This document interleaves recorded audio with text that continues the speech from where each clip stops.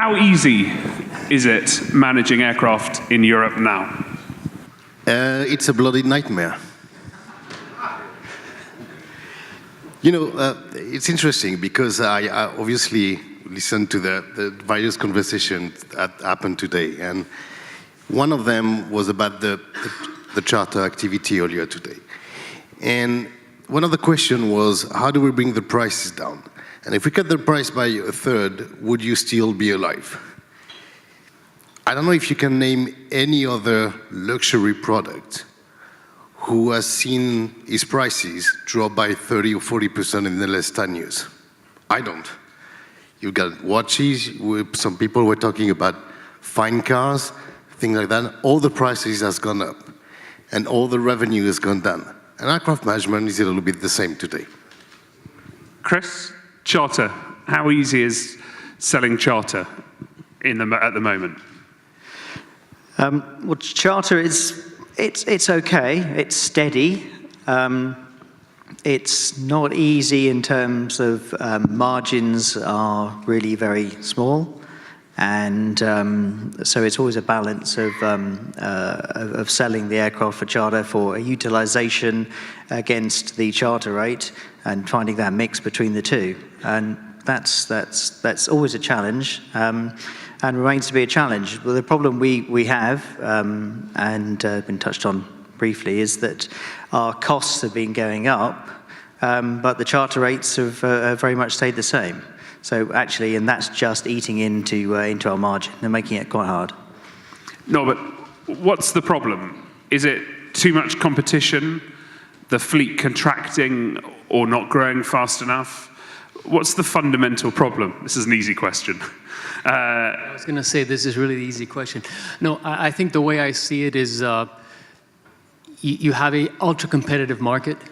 You've got operators that are struggling, and what usually happens in a market like that, pricing is by those operators is adjusted to a level where they can barely survive but just meet their fixed expenses. And so that impacts everybody, particularly operators that are set up at a different level where they're really trying to provide safety and service. You can have a camel guy or maintenance coordinator oversee 3 aircraft, then you go to 5, then you go to 7. That may not be transparent to the customer, but in terms of the service, that's where it really hurts. So I think in the end, the reality is Europe has undergone a tough time in the last couple of years. 2019 is not going to be a lot easier. Hopefully, there is some consolidation that takes place, because those operators that are having a hard time making ends meet, they will continue to make adjust their prices. That makes it very difficult for everybody else. Patrick, do you agree with all those comments?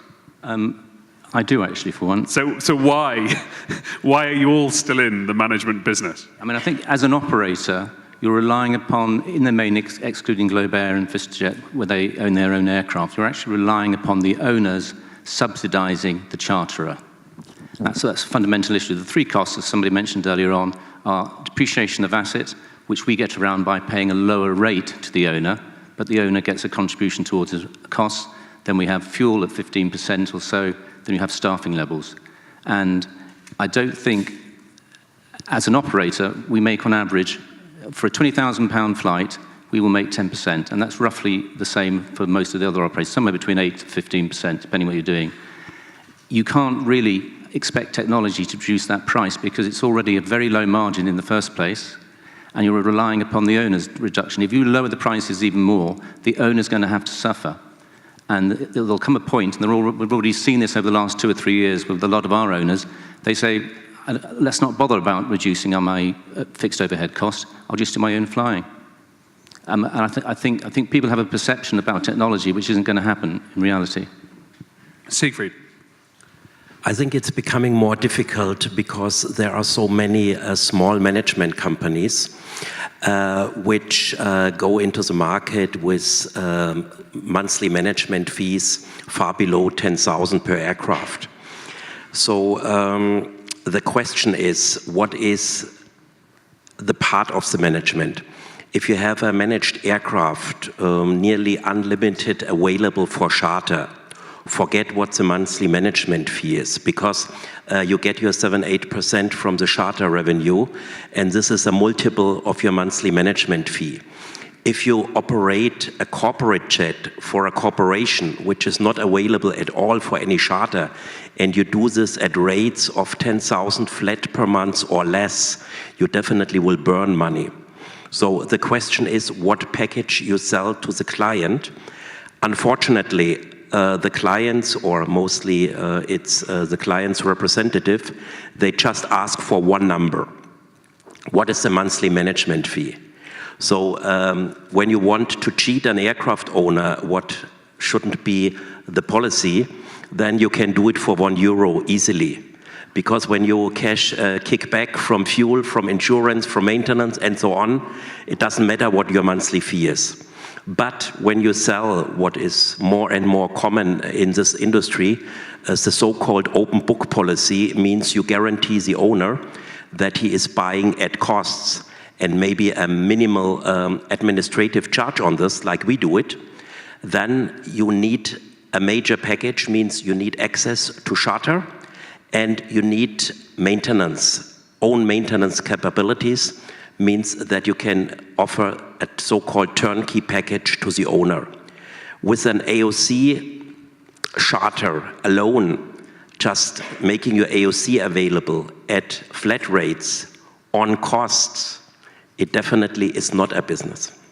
So effectively, you're saying as a panel that owners are subsidizing charter and that management companies are subsidizing management fees?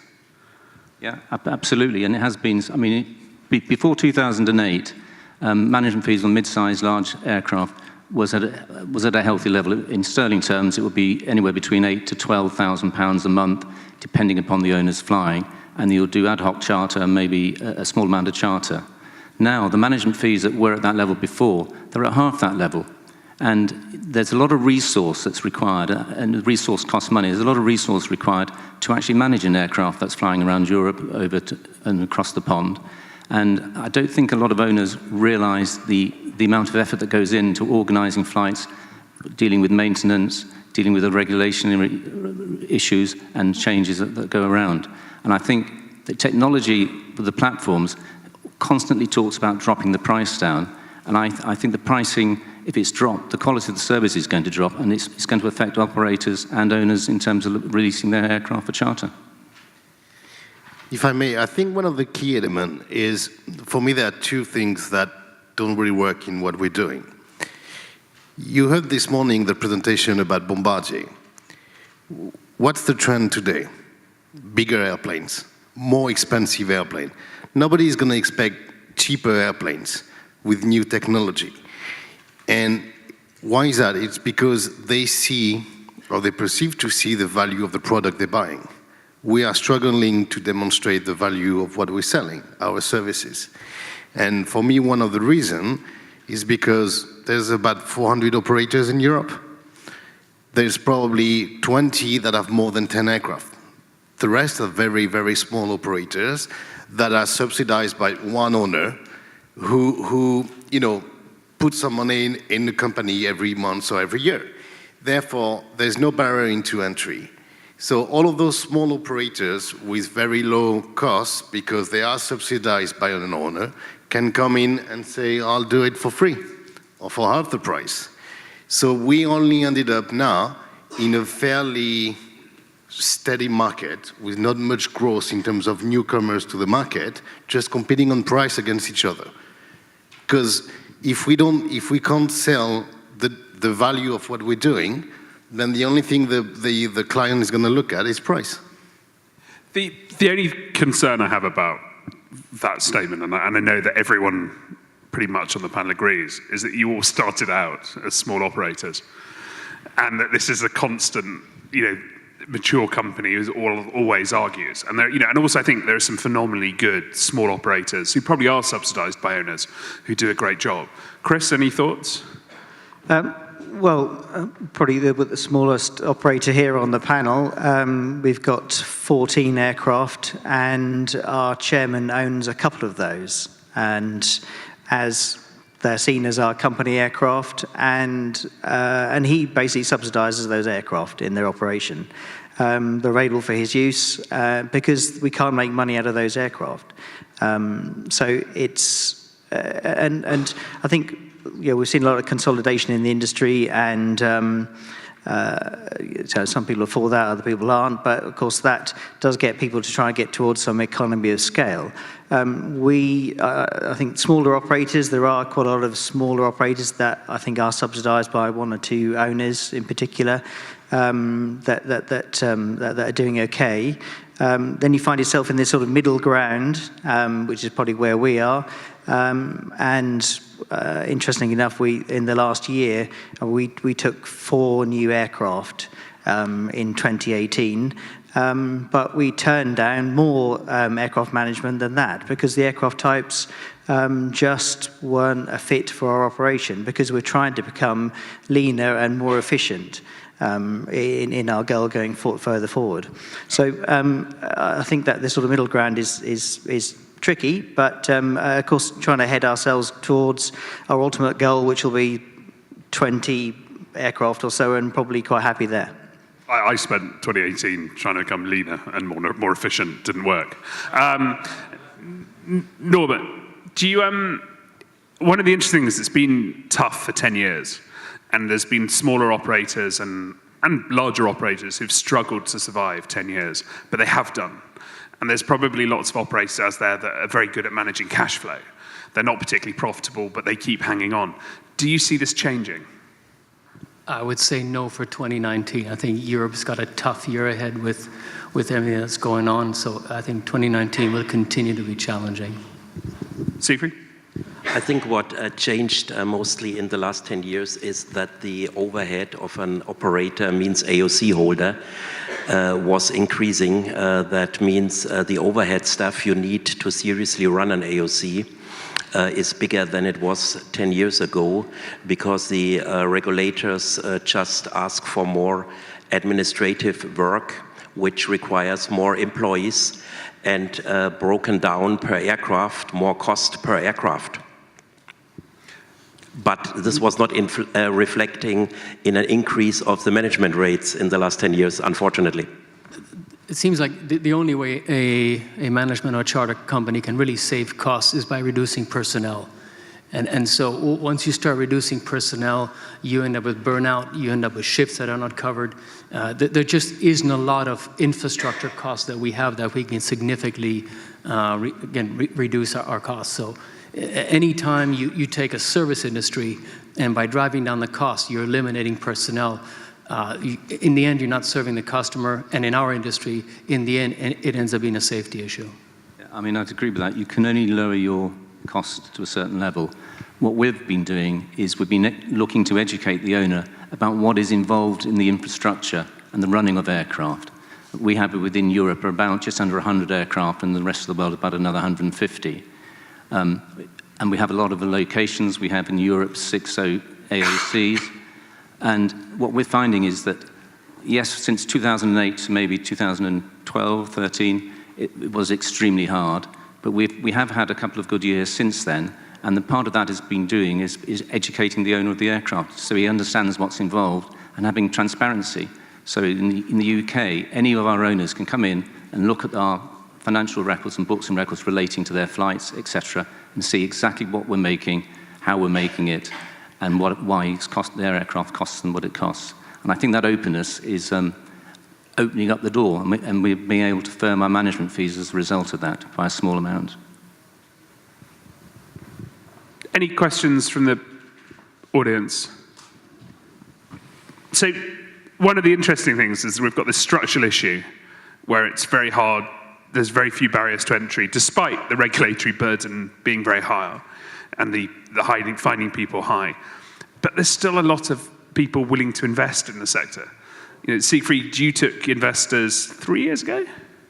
Okay, maybe it sounds funny, but if you would ask me if I would open a management/charter company, again, I would say no. because FAI is not a management and charter company. We create only 25 to 30% of our revenue by managing and chartering aircraft out. The other 70 to 75 revenue comes from special mission. For us, aircraft management as a standalone would make no sense because it would not match our expectations in respect to profitability. But as an add-on business, as we run it, it shares, of course, overhead costs, and therefore it makes sense. It shares MRO capabilities we anyway need for our special mission business. So I would say I hold an exotic position in this area, as I do not rely, and I, by luck, have not to rely on charter management. Florent, why do people want to invest in this industry, in operators? And is it about diversification? Is it about having maintenance, FBOs, airports? It's a good question. I don't know, why do people want to invest in aircraft management company? I'm not sure a lot of people want to invest in aircraft management company. I think in general, people still dream about aviation. It's very attractive, it's flashy, and then people think... My true feeling is that people, a normal business person who has made enough money to invest in other company, would look at this industry and say, that doesn't make any sense. There's got to be a better way to do it. So when they invest into a management company, they hope to find a better way to do it. And after a few years, they realize that, unfortunately, we're still managing aircraft the same way we did 30 years ago. Nothing has changed. So yes, we're going to develop an app to make it more customer-friendly. Yes, we've tried to combine purchasing powers. Yeah, we've tried to do this, do that. At the end of the day, the essence of what we're doing is the same. And nobody has come out with a fantastic new idea to say, this is how we're going to make real margins, real money in this industry. Patrick, when you were pitching your business to Luxaviation, were you this downbeat? We're obviously not for sale. I mean, I think it's an interesting sector, and as a sector, it can make money. Various parts of it make money, and it has its ups and downs. Sometimes on charter, you make money in boom times, and not so much when in lower times. But when your client base has become pan-European and global, you have to be able to provide a global service to your clients and owners and the people that are chartering to you. So that, in my view, means that you end up needing to consolidate with other operators and companies across Europe and throughout the world, which is actually what the Luxaviation group has done. It started off in Luxembourg. It looked at saying, what are the key operators that they can look at within Europe, and will that benefit the customers? And the answer was a clear yes. And at the same time, we benefit from harmonies of being of a larger company. Clearly, there are teething issues as you consolidate, but you would expect that as you go through and grow. And we concentrate upon our main sources of income, which is aircraft management, charter, and FBOs. We've recently sold off our MROs because that was an ancillary area to our business. It's a sector that all the OEMs are entering into, so it was a good opportunity to divest from that and have resources available for concentrating on our main sources of income. Norbert, jet aviation is General Dynamics is a, rational Fortune 50 company. Why do they keep investing in management? Well, I mean, without a doubt, on the jet side, with a combined fleet of over 276 aircraft, the business has all the scale that it needs. However, we are an integral part of delivering revenue streams into the other lines of business that we have, and that's really how the whole package makes sense. If you just look at the aircraft management by itself, it makes money and all that, but in terms of investing in it individually, I just don't know if somebody would just looking at that would do that. But certainly in the case of JET, where we have a global platform, we've got all these other lines of business, it makes sense. Chris? Well, when I started the business nearly 12 years ago, just with one King Air 200 and a twin Squirrel helicopter, it was pretty clear to me that we needed to do something else as well. So we diversified into aircraft handling as well, which and part of our remit is going further forward while building the aircraft charter and management business was to look at opportunities on the way. And I think that's a nature of a success because it's hard as a standalone, whereas you've got a core there of really good, experienced people within your organization that you can then build upon and then look at other areas of aviation. So the ground handling, we do offshore helicopter logistics and handling also, and that'll make us more money than the aircraft management ever will. Okay, we've got lots of questions from Slido, so I thought we can do one each. Siegfried, with such minimal margins, how can you invest in future company growth and efficiency? Primary investment is in aircraft because we own our core fleet, and when we would lease it from owners, the margin would drop drastically. This means when you are well capitalized, like FAE, then you can generate maximum margins. When you want to generate such margins which owner-leased aircraft, then it's one entity too much in the circle because both cannot make money.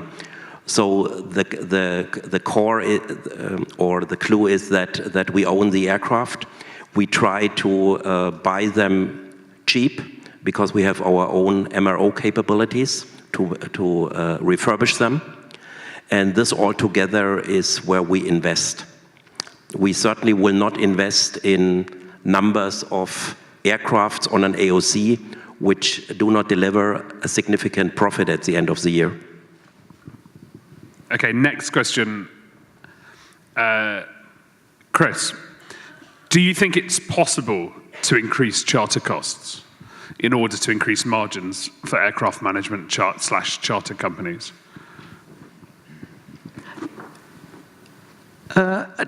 If you could, you would. Well, of course we would, yeah, and we try. But actually, interesting, we're finding, certainly in the sort of lighter jet segment, that owners are becoming a little bit more savvy about things, and they're looking at things in a different way. They're approaching us by making sure they make their aircraft very available for charter, and they're expecting us to look after the aircraft, and they know that we can make the majority of our money is made from charter, and therefore by doing this scheme they're expecting not to pay a management fee. It's basically then just a lease deal, and then we take on the risk that goes with that. And we've had that. We've got a couple of our owners are very much on that structure, and that's very much a different way of looking at it from the old school. So that puts a big emphasis on our sales team and ensuring that we sell charters, because if you don't sell charters, that model is just not going to work. And there is another comment, I think, rather than a question. Operators need to increase charter rates. Owners are moving away from charter. The payback is low, and over time, it's having less impact on their bottom line. Right. Norbert, you talked about companies cutting costs. There's a question here. Do you see outsourcing of support operations as a means to reduce staff cost? Only to a limited degree. I'm trying to think, what would you outsource? You'd outsource maybe some of your dispatching or things like that.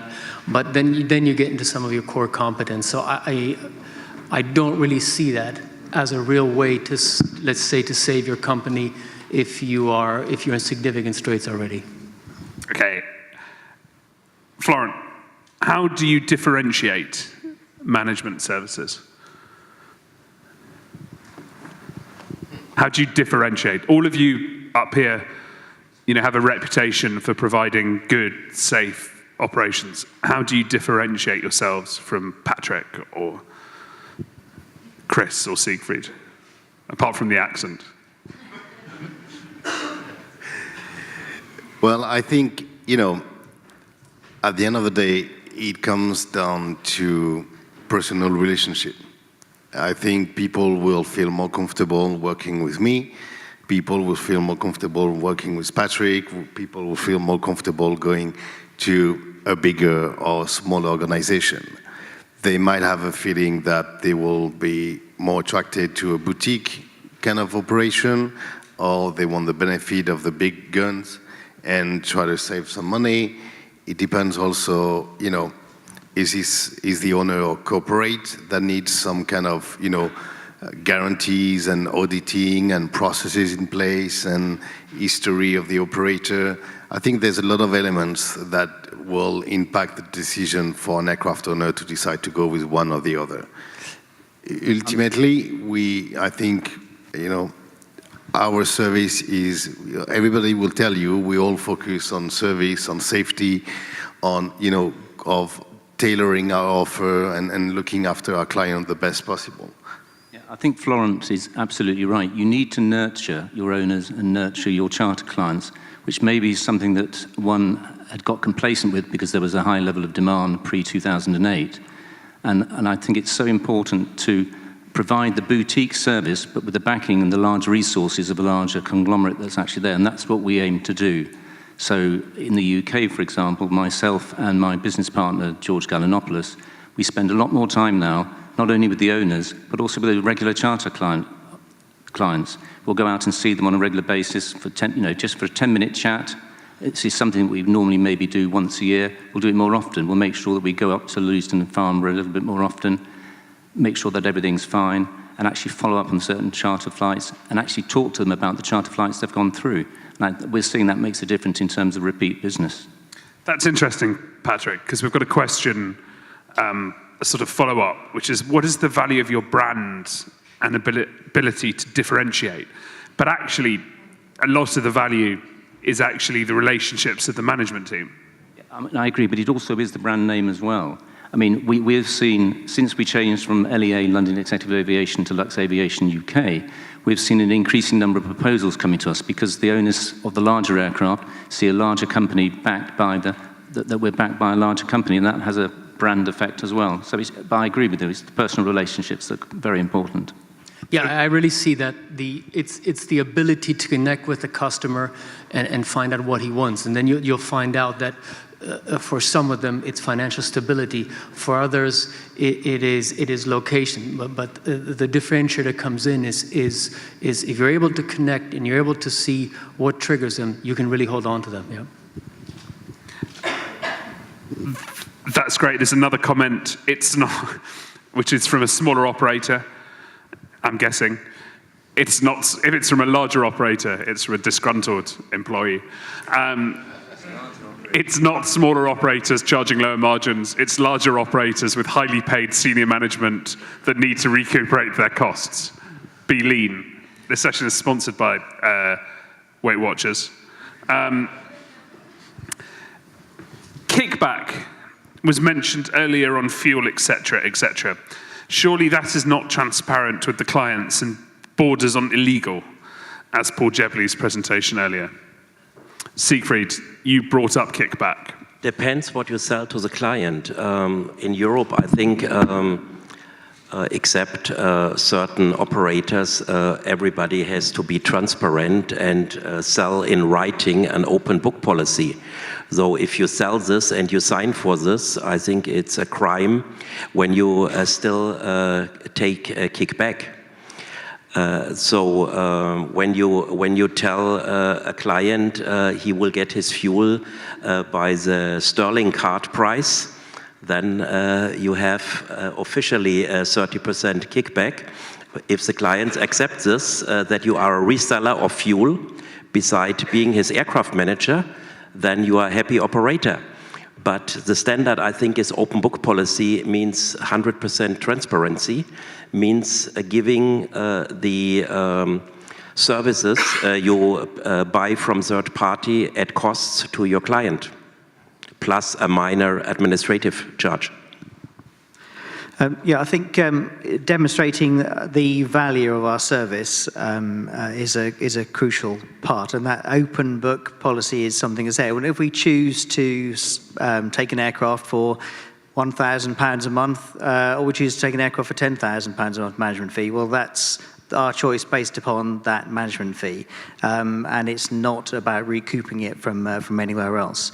And it's all of our owners and benefit from the savings that we can make, hopefully across the board, for putting more aircraft onto our fleet. Okay.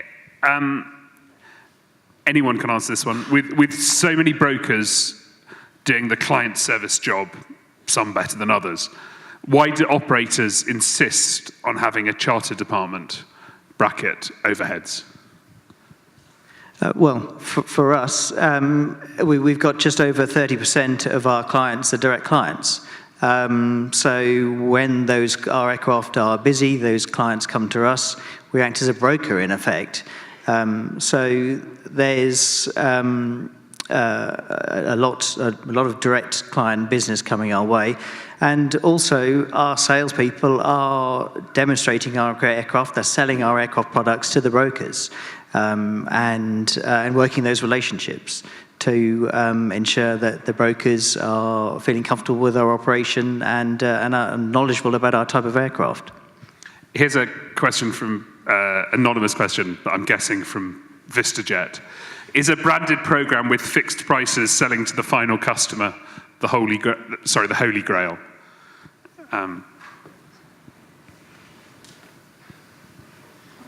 Okay. Florent, you looked over. I think it's a good product. It's an expensive one, but it's a good solution. It's always the same thing. You know, it depends how much you're willing to pay for that kind of security. You know, obviously there is no miracle, so the price of uncertainty, the price of the positioning have been including in your hourly rate. So you ended up paying more. But you have that element of certainty, which, you know, a lot of people are keen to pay for. Now, you know, is that sustainable as a business, as a standalone business? I don't know. I mean, I think also people like VistaJet and NetJets, they effectively control all the assets 100% of the time, so they can decide where it's going to, where it is, and then price it accordingly. Whereas for most operators like ourselves, we're at the frequencies of an owner. So within our legacy fleet, we have different pricing on some of our legacies because some of our owners want a different price, and that can make a big difference. And as Florent's talking about, positioning and where is the aircraft at any point in time, which is one of the reasons why we always quote from base. And unless we know that where an aircraft's down route, then we can actually give it an alternative price. Okay, question is for you, Patrick. What is the difference between ExecuJet and LEA? The difference? In the UK, what is the difference? In the UK, we are mainly a charter operator from London. We have 22 aircraft operating out of mainly Luton, Farnborough, and our core business is actually charter work. We have comparatively low management fees and charter work. ExecuJet Cambridge, they deal with a lot of the group functions, and they happen to be based at Cambridge, and they also have a number of aircraft on the G register and European register that they look after, and so the higher end aircraft. And I think it's fair to say that the bigger the aircraft, the higher the management fee, and the less reliance is necessarily on charter. And I think one of the issues when Lux looked at buying us, and I guess ExecuJet, is that we did have a certain branding as the individuals there, and also the name, and we were known for certain particular aspects. And I think there's nothing wrong in being in 2 locations or indeed 3 locations in a country. Okay, are brokers, I'm just running through questions from the audience still, are brokers a necessary pain? Brokers are not a pain. Brokers are a necessity because I'd say, like Chris, 70% of our business or 65% of our business comes from brokers. They provide a conduit of weeding out the trips that are not real trips. The end user, the customer, if he goes to a broker, he feels he gets the best price because the broker will then talk to 2 or 3 operators. If I took on board someone who was trying to do the broker's job, It would reduce my exposure to the broker work, but also if the chap or the girl is any good at broking, after 2 or 3 years, they'll take my database and they'll set up on their own shop and become another broker. So, I mean, it's a synergy that's necessary. Brokers and operators, I think there always will be both. Okay. Norbert, how knowledgeable are AOC managers about the tax aspects of owners using their aircraft under management? I would say just enough not to get themselves in trouble. If you'd have answered knowledgeable, I was going to throw one at you, a situation. Someone else is saying, is subsidy the right word? Isn't the owner's goal to do some charter so as to defray some of the fixed costs of ownership? If I gave the impression that the owner was looking to make a profit, that wasn't the case. None of our owners they understand what they're doing. They understand that they're reducing the overall cost of their operation of the aircraft. But they are, as I said earlier on, they are actually subsidizing the charterer in the industry. I think, it's fair to say we've experienced that a few times whereby owners, especially when aircraft gets a little bit older, they look at the kind of charter revenue they get on their aircraft, and they look at the cost that it represents to maintain that aircraft available for charter.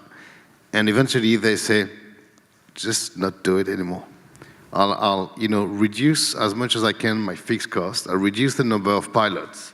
I reduce everything I can. I just keep the aircraft for myself. I accept this is how much it's going to cost me, but charter is not generating any substantial revenue that will make an owner agree to have limited access to his aircraft that have extra costs to cover that. Okay, it's a really nice question here, or a horrible one. Who would you say, and we'll go in turns quickly, just a quick list, are the top 5 operators in Europe in terms of supreme level of personal service? I'm not going to answer that question because there are a very large number of operators who do their job extremely well. And there may be 1 or 2 operators that don't. And Patrick will be running for Prime Minister. And frankly, I think you would do a better job.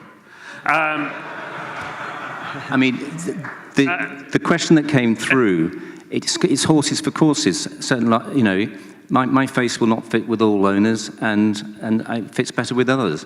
And you can't actually say there's a top 10 operators within Europe. I think within each country, knowing the culture and the nature of the business, there will be an operator that's good, whether they're a small operator, a medium or a large operator. And I don't think it's right. You can talk about size, that's fair enough, we're the second largest, I think, in the world. But it wouldn't make any difference to the service level we were providing if we were the 100th in terms of size. Okay. Chris? Yeah, I agree with Patrick. I mean, there are lots of operators out there, lots of good operators, and everybody's working very hard to do a very good service and for the owners and also our charter clients. And sometimes there are factors outside of those things that you can control that affect that. So I think and we all have those issues from time to time. Okay, final question. You've all told the audience how tough your job is, how hard it is, how structurally everything is against you. But you're still here every year. What's the best part of your job? What gives you the most satisfaction at work? Coming to your conference every year. And that's how you get here every year. You've earned your place. I was going to say I'm French, so complaining about my job is the best part, of course. Sorry, what is the best part? I said I'm French, so complaining about my job is the best part. If you weren't here, you'd be wearing a yellow high-vis jacket. I mean, Al, I think most people in aviation really love the business. They love what they do. And whether they earn a little or a lot, whether they're with a small or a big firm, they enjoy going to work and the working day. I mean, for me, one of the things I like to see is a new person that's chartering the first time. If I can, either myself or George will go along to them to charter, and just to see the happiness on their faces when it's their first charter flight they've ever done, and then after the flight, mostly they say, "What a perfect job you've done." And I'm sure they would say that for whoever the operator was. But seeing somebody enter into the chartering world and the benefits that it has, that gives you real buzz. Norbert? I would say 5 o'clock Friday. No, I think when you hear the unsolicited comment of a customer that you're doing a good job, that makes it all worthwhile. Doesn't happen a lot, but that part I definitely enjoy. I do this job for a living. I tried hard to generate profit and dividends for my family office. That's the only reason I'm here. Very honest. Siegfried the mercenary. But very honest. Chris? Well, aviation is full of passionate people, and I love to see development in our staff and enhancing that passion, and seeing it could be a pilot move up from the Mustang all the way through to the Hawker or the Legacy, to people within our organisation arriving as apprentices and then working your way up to management level as we have right now. So that I absolutely love. And owners of aircraft using their aircraft, enjoying their aircraft, and just sending a quick note afterwards just saying how great that was, and seeing the difference it makes to people's lives. And we're all part of that, and that's fantastic. And on that really cheery note, and also we're all conscious that the other reason everyone is here is because we haven't opened the cocktails outside yet, but they are now open. So thank you very much to the panel.